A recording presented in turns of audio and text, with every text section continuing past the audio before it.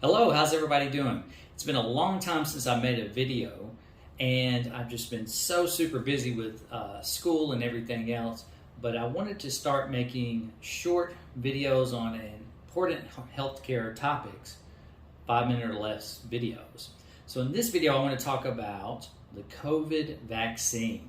I get asked that a lot as a nurse practitioner student. A lot of people ask me questions about the vaccine or how effective it is. And now there are a lot of infographics that have been coming out from different hospitals or hospital systems that talk about the effectiveness of the vaccine, right? So I'm going to have an infographic that'll pop up here, but I have my little sheet of paper here and just read off some of these. WellStar, which is a huge hospital system near where I live. These are all just hospitals that are near me. And then also I've got information from the CDC. But WellStar as a whole, out of all of their hospitalized patients, they have 734 hospitalized patients, and I think that's as of today. 92% of them are unvaccinated. So only 57 are vaccinated that were hospitalized out of 734. In the ICU, they've got 163 patients.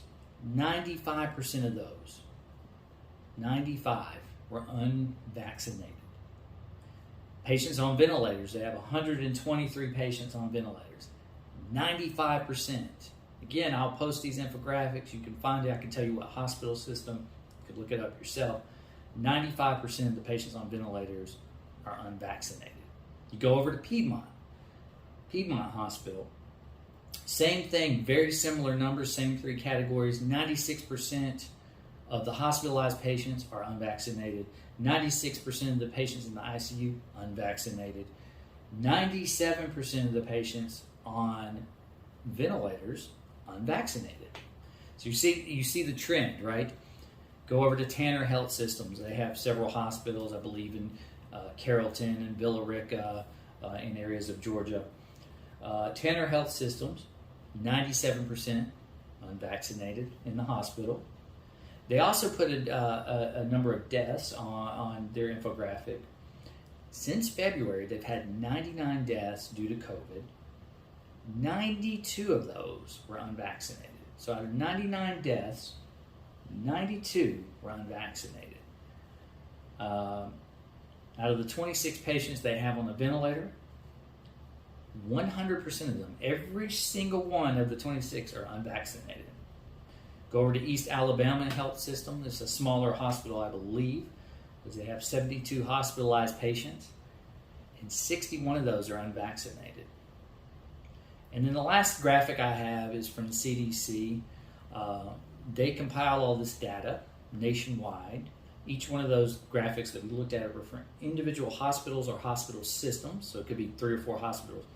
The CDC looks at the country as a whole, right? I was just showing you a snapshot of just hospitals in our area, or the area I live in, I should say. But the CDC as a whole, their infographic says that you're 17 times, again, 17 times more likely to be hospitalized if you're unvaccinated.